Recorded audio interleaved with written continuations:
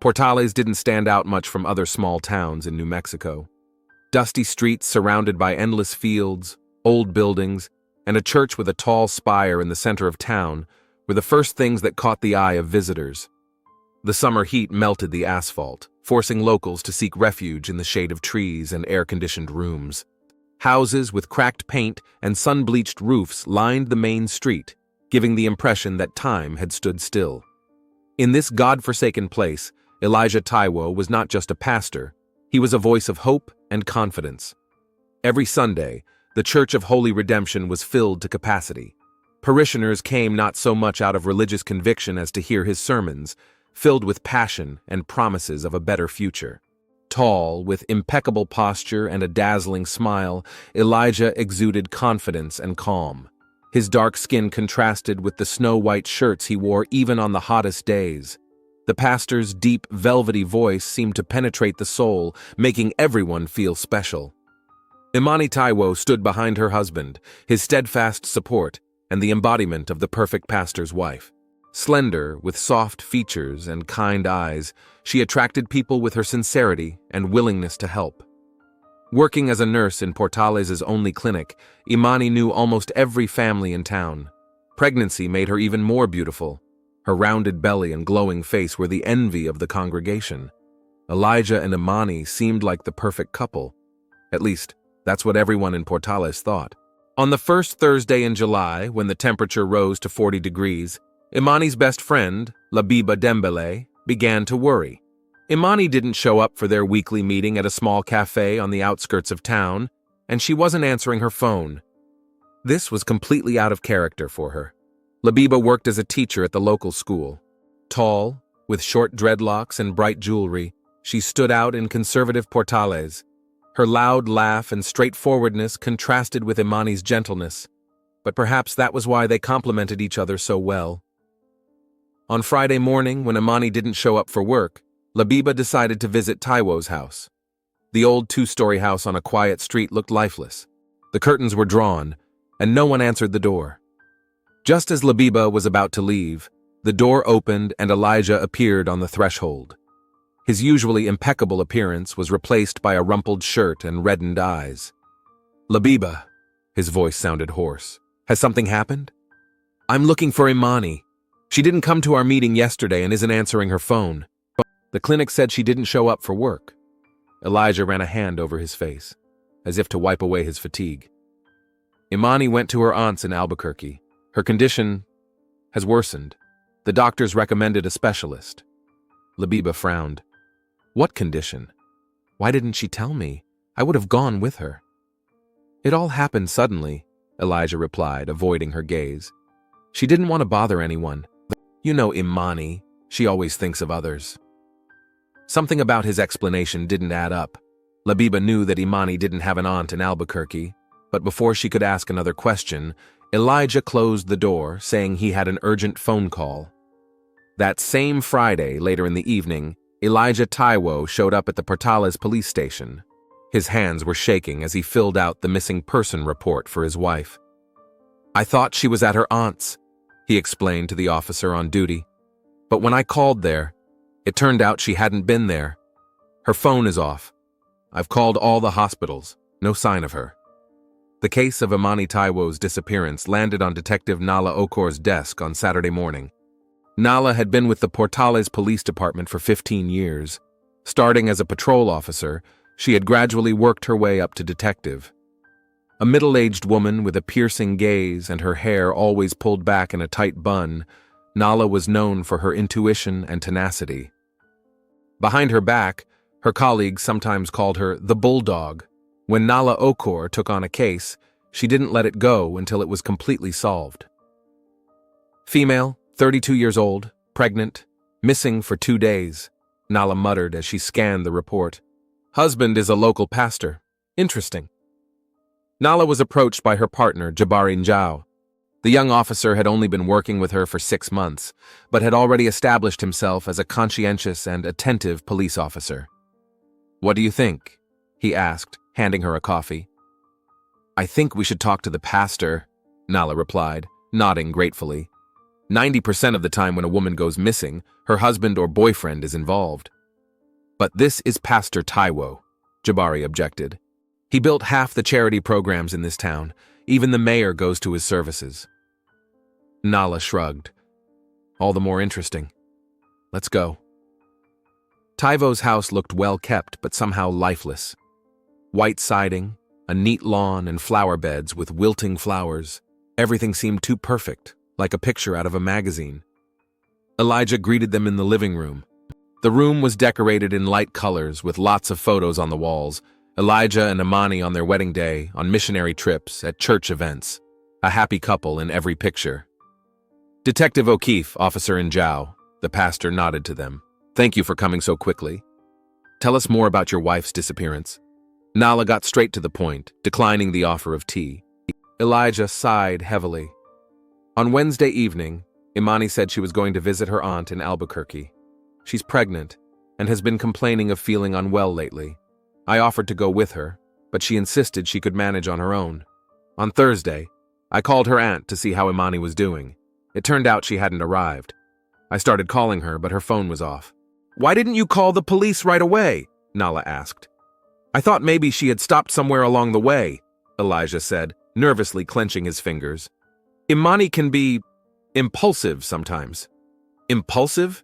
Jabari asked. In what way? She might change her plans at the last minute, decide to visit a friend without telling anyone. But when she didn't show up on Friday, I started to worry. Nala watched the pastor closely.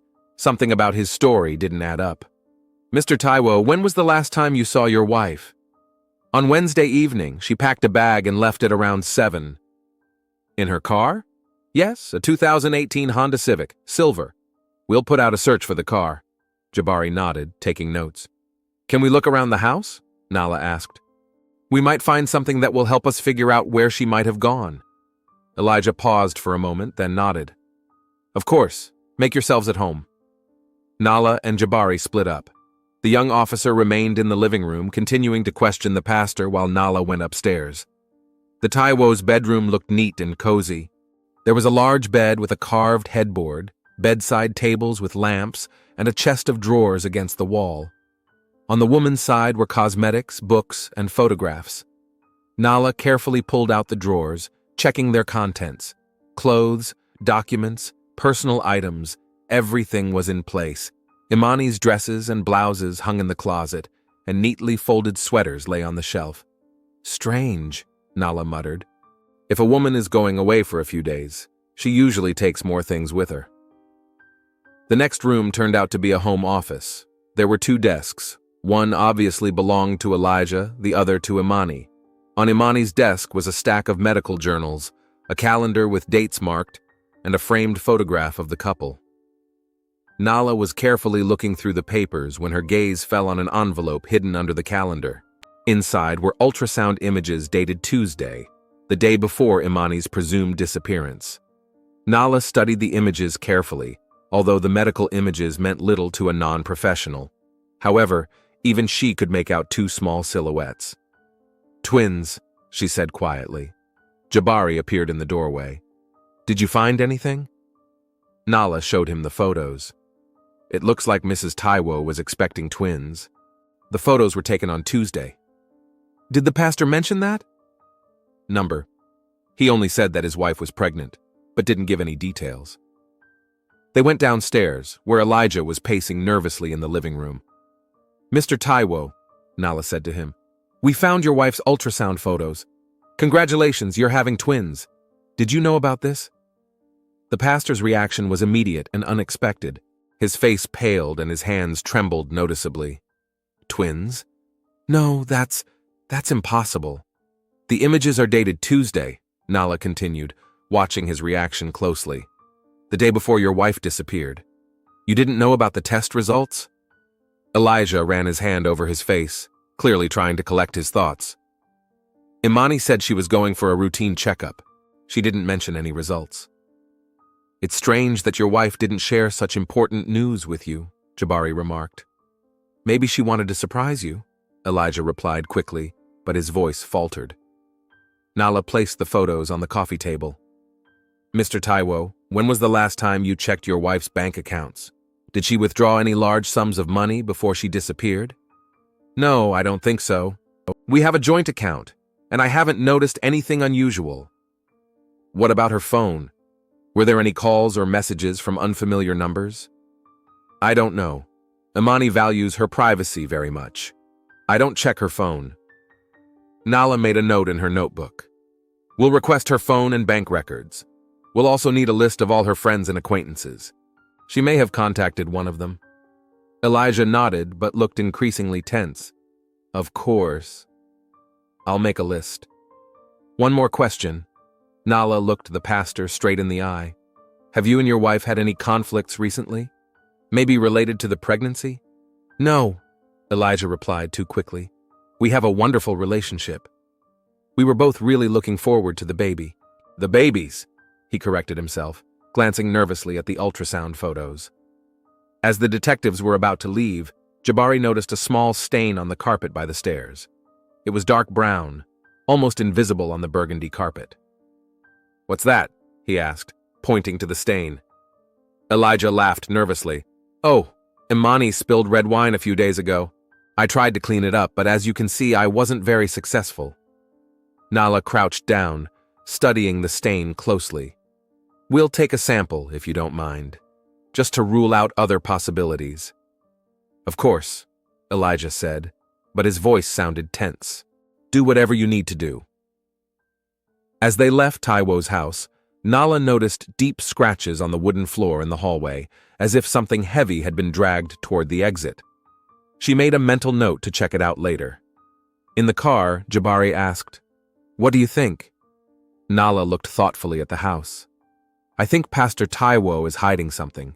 His reaction to the news about the twins was too strange. And those stains on the carpet, we need to have them checked out in the lab. Do you think it's blood? I hope not, Nala replied, starting the car, but my intuition tells me otherwise. She glanced at the house again in the rearview mirror. Elijah Taiwo was standing at one of the second-story windows, watching them drive away. His posture betrayed the tension of a man who had been backed into a corner. Check everything you can find about the pastor's past, Nala Jabari said. Something tells me we're going to find a lot of interesting things.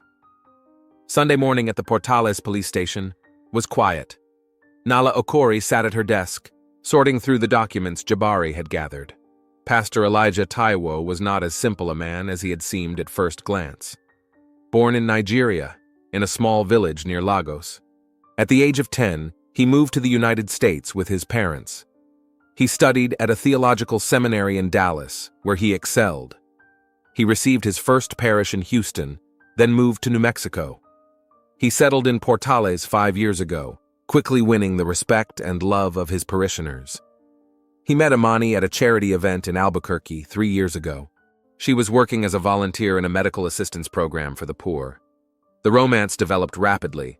4 months after they met, they were married. Nothing suspicious, Nala muttered, flipping through the pages. A model citizen, loving husband, respected pastor. Jabari appeared in the doorway with 2 cups of coffee. Found anything interesting? Not yet, Nala said gratefully, accepting the coffee. What's the lab saying? Any results on the carpet stains? They'll be ready tomorrow. The preliminary test showed that it was indeed blood, but we need to wait for the full analysis. Nala tapped her fingers thoughtfully on the table. What do we know about the aunt in Albuquerque? I checked. Jabari sat down opposite her. Imani has no relatives in New Mexico. Her parents died in a car accident when she was 20. Her only living relative is her brother, who is in the army and currently stationed overseas. So the pastor lied, Nala frowned. The question is why? Imani's car hasn't been found, Jabari continued. Not in the city, not on the highways. There have been no bank transactions since last week. The last call from her phone was on Tuesday evening, to a friend named Labiba Dembele. Nala nodded. We need to talk to this Labiba. She may know more than we think. Labiba Dembele lived in a small apartment on the outskirts of Portales. When the detectives rang the doorbell, she didn't look surprised. I was expecting you, Labiba said, letting them in. Imani couldn't have just disappeared like that. Labiba's apartment reflected her vibrant personality. The walls were covered with African fabrics, books and plants were everywhere, and on the table was a stack of notebooks with checked schoolwork. "Miss Dembele, when was the last time you spoke to Imani?" Nala asked, declining the offer of tea. "On Tuesday evening." Labiba sat down opposite her. "She called me after her doctor's appointment. She was very upset." "Did she say why?" "Yes," Labiba nodded. "The doctor told her she was expecting twins. Imani was happy but also scared." "Scared?" Jabari asked. "Why?" Labiba took a deep breath. "Because of Elijah. He has a strange attitude toward twins. Imani said there's some superstition in his family. They consider twins a sign of misfortune." Nala exchanged glances with Jabari. Was she afraid of her husband's reaction? Not afraid exactly. Labiba pursed her lips. More concerned. Elijah is very traditional despite his education. Imani said that he sometimes told strange stories about curses and spirits. She usually laughed it off, but lately she said Elijah had become more withdrawn, especially after he found out about the pregnancy. She thought it was because of the stress and responsibility. "When did you suspect something had happened to Imani?" Jabari asked. "On Thursday, when she didn't show up for our meeting. Imani never missed our meetings. I called her, but her phone was off. Then I drove to their house. Elijah said she had gone to her aunt's in Albuquerque. But Imani doesn't have an aunt in Albuquerque," Nala pointed out. "Exactly," Labiba nodded. "That's why I was worried. Elijah lied, and that means something's wrong."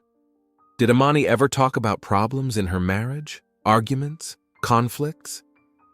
Labiba thought for a moment. Not directly. Imani always tried to make her marriage seem perfect. But sometimes I noticed bruises. She explained them away as accidents, bumping into a door, tripping on the stairs. "But you know, Detective, I've worked with kids for years. I know what the excuses sound like when someone doesn't want to admit to abuse." "Why didn't you do anything?" Jabari asked, a hint of reproach in his voice. "I tried," Labiba protested. "But Imani always defended him. She said I was misunderstanding, that Elijah loved her, that I was just jealous of their happiness." Nala took a photo of the ultrasound images out of the folder. "Are these the pictures Imani was talking about?" Labiba nodded. "Yes, she said she brought them home. She wanted to show them to Elijah at dinner as a surprise." "And that was the last time you spoke to her?" "Yes," Labiba replied quietly. "I asked her to call me after she talked to her husband. I wanted to know his reaction, but she never called." After meeting with Labiba, the detectives decided to visit Taiwo's house again, this time with a search warrant. Elijah was not happy about their visit. "I've already told you everything I know," he said, nervously watching the police rummage through his belongings. "New circumstances, Mr. Taiwo," Nala replied calmly. "We have to check all possible leads." Jabari went to the bedroom, while Nala focused on the study. She was methodically going through Elijah's desk drawers when she came across a small, leather-bound book hidden under a stack of documents. It turned out to be the pastor's personal diary. Nala knew that reading a personal diary without a warrant could cause problems in court, but her intuition told her that this was important. She quickly flipped through the pages, picking out individual phrases. "Twins have always been a sign of a curse in our family. My grandfather told me how my great-grandfather killed his wife when he found out she was carrying twins. He believed she had betrayed him with the spirit of the river. Mom always said that twins are punishment for sins. One child is from your husband, the other is from the devil. Even here in America, I can't shake this fear. Imani is pregnant. I should be happy, but I'm haunted by nightmares. What if it's twins? What if the curse catches up with me too?" The last entry was dated Tuesday, the day Imani found out about the twins. "God, why are you testing me? Twins. She's carrying twins. Does that mean she betrayed me? Or is this a test of my faith? I don't know what to do. The voices are getting louder. They say I must cleanse my house of the filth." Nala felt a chill run down her spine. She quickly photographed the pages with her phone and put the diary back in its place. At that moment, Jabari's voice rang out from the bedroom. "Detective Okori, You need to take a look at this. Nala went upstairs. Jabari was standing by the wardrobe in the bedroom, pushing the clothes aside. There were deep scratches on the inside of the door, as if someone had furiously scraped the wood with something sharp. That's not all, Jabari said, pointing to the edge of the bed. Look here. Lifting the mattress, he pointed to stains on the sheet. Dark brown, almost black with age. Blood, Nala said quietly. A lot of blood. And this. Jabari pulled a woman's nightgown from under the bed. Once white, it was now covered with brown stains. Looks like traces of a struggle. Nala nodded. Gather everything for examination. And call for more people.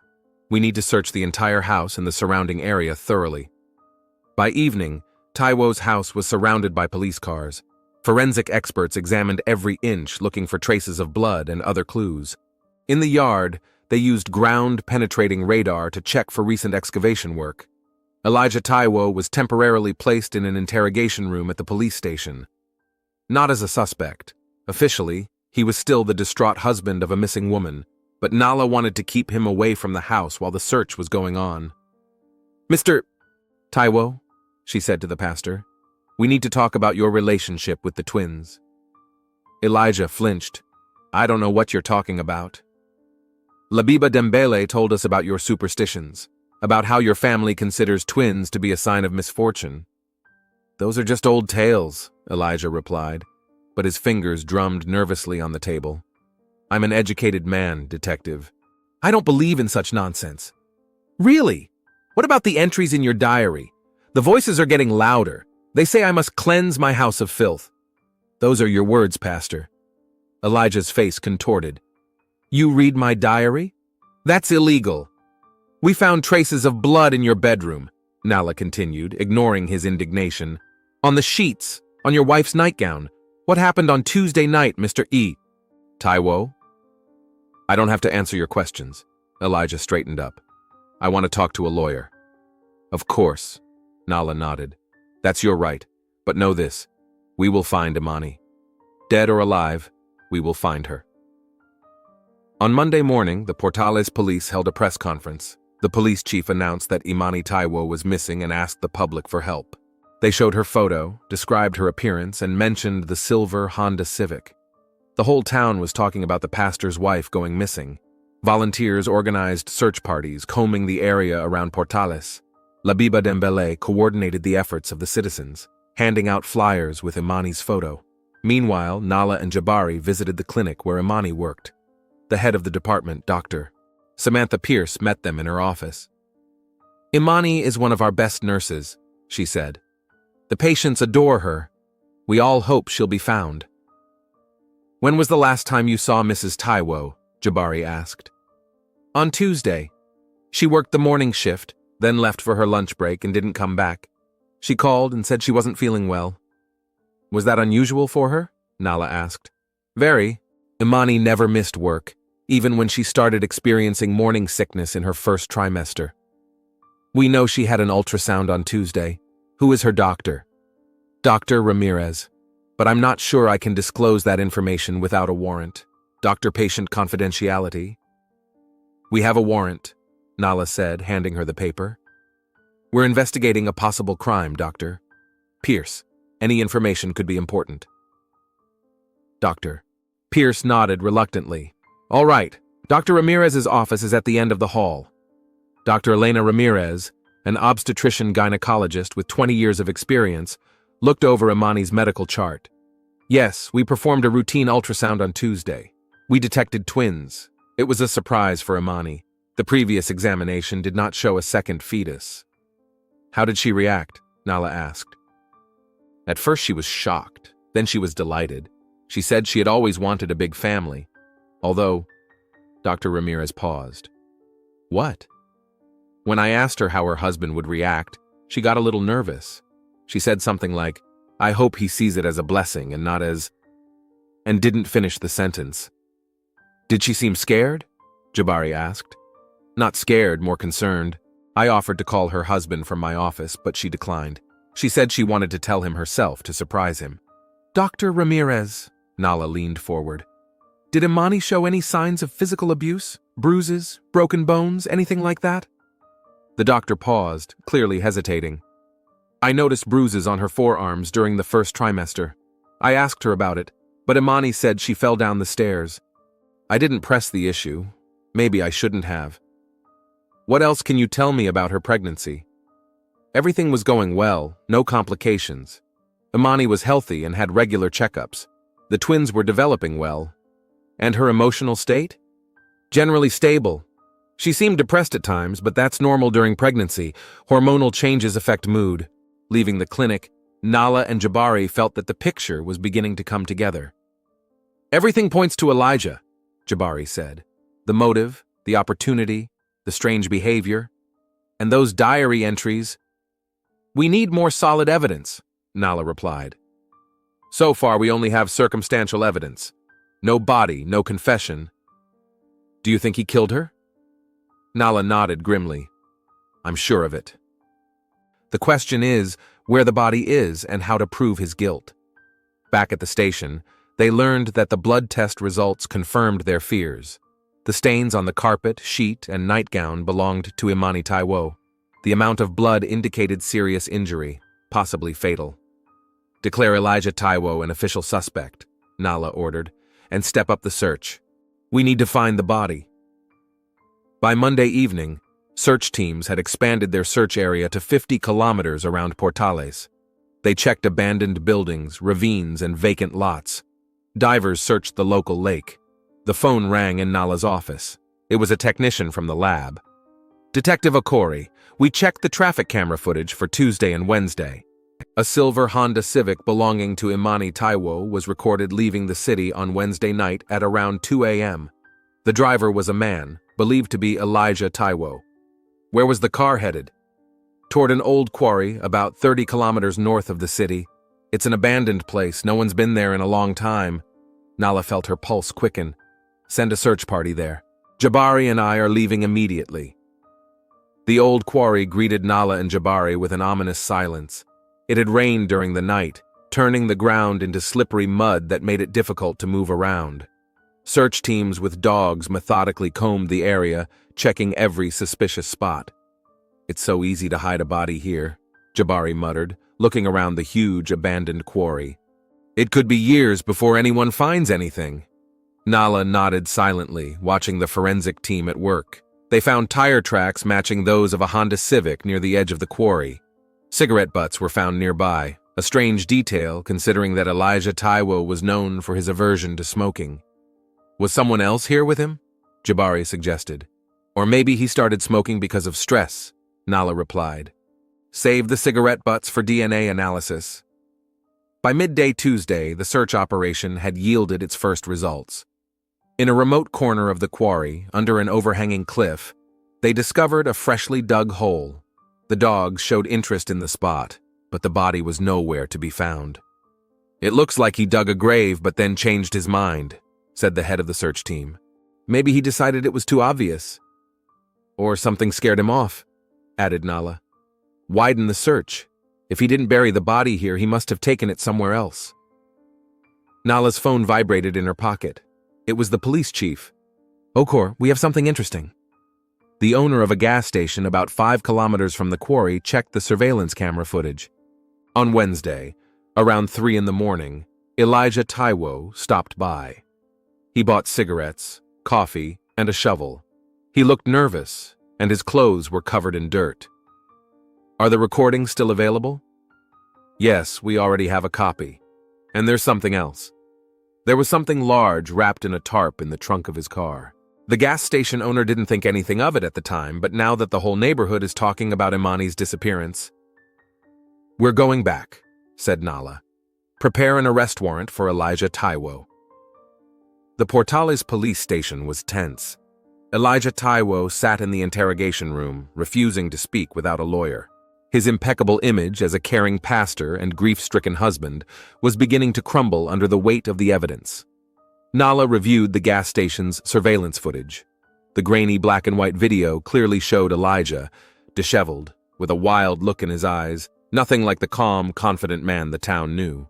When he opened the trunk to get his wallet, The camera caught a glimpse of a bundle wrapped in a tarp, large enough to hold a woman's body. Jabari entered the room. Attorney Taiwo has arrived. He's a young guy from Albuquerque, looks inexperienced. Okay, Nala nodded.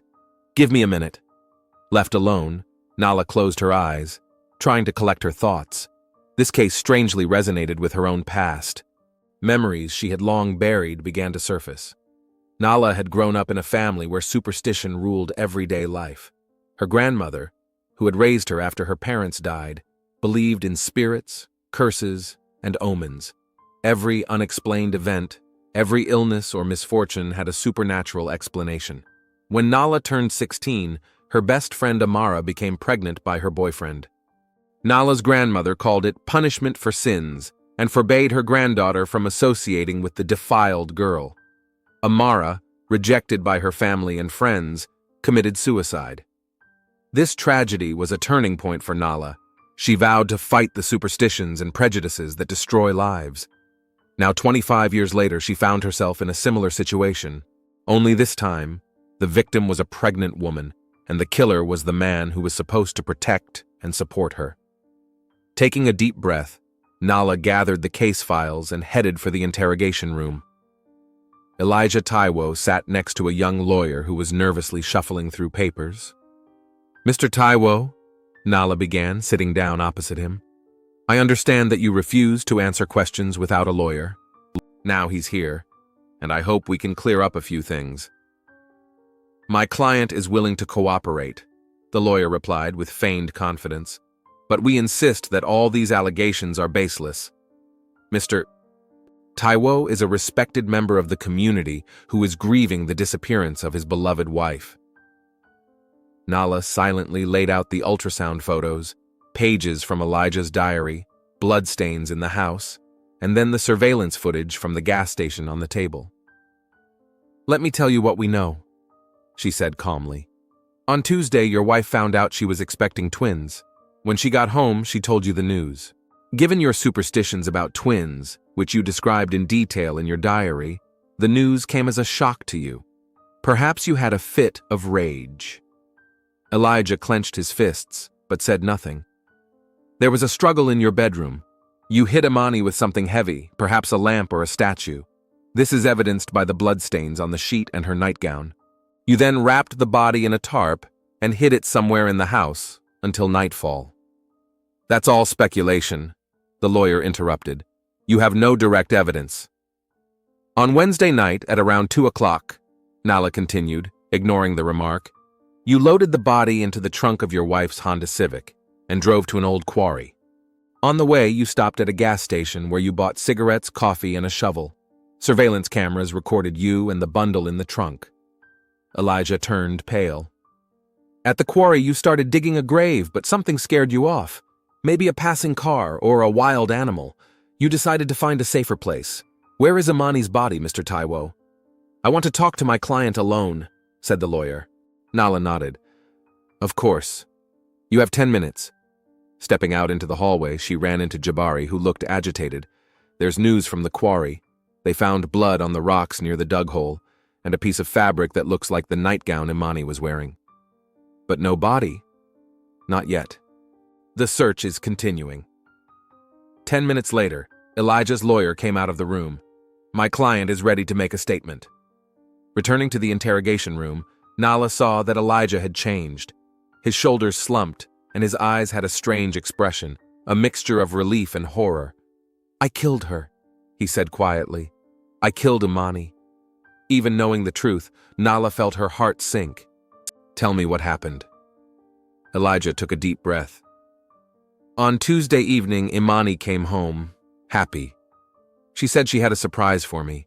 We had dinner, and then she showed me the ultrasound pictures. She said we were expecting twins. His voice faltered.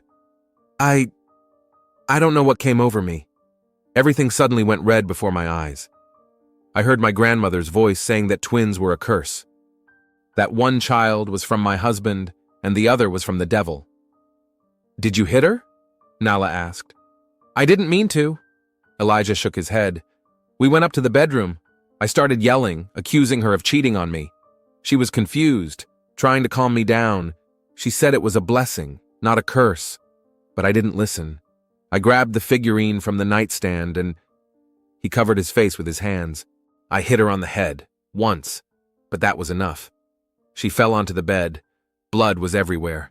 I tried to stop the bleeding, but it was too late. What did you do then? I panicked. I wrapped the body in a tarp and hid it in the basement. At night, I took it to a quarry. I wanted to bury her there, but when I started digging, I saw headlights on the road. I was afraid someone would see me. I decided to find another place. Where is Imani's body now? Nala asked, suppressing the anger that was building inside her. Elijah lowered his eyes. In Lake Santa Rosa. I tied an old cast-iron radiator from the basement to the body and threw it off the pier. It's deep there, I thought. I thought no one would ever find it.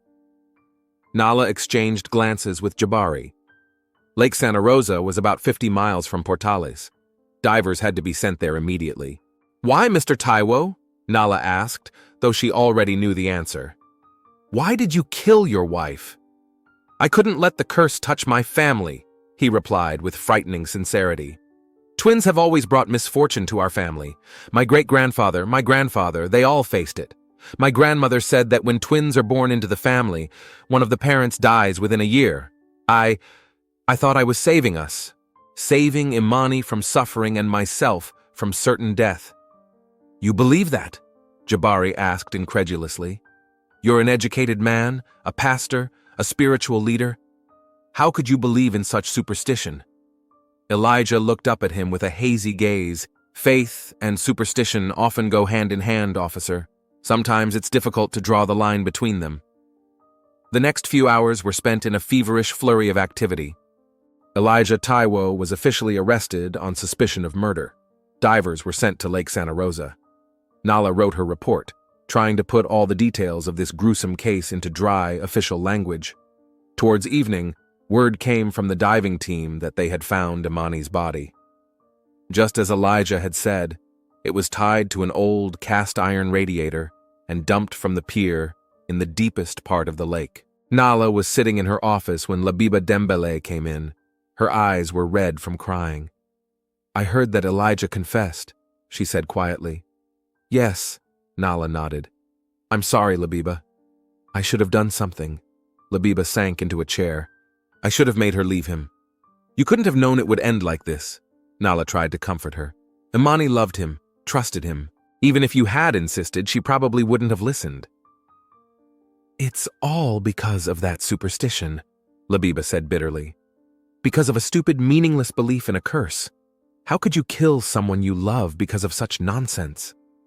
Nala thought of her grandmother, of her friend Amara, of all the lives destroyed by prejudice and fear. Superstitions have a strange power over people, she said. Especially when they are passed down from generation to generation. They become part of your reality, shaping your view of the world. Elijah grew up with this fear.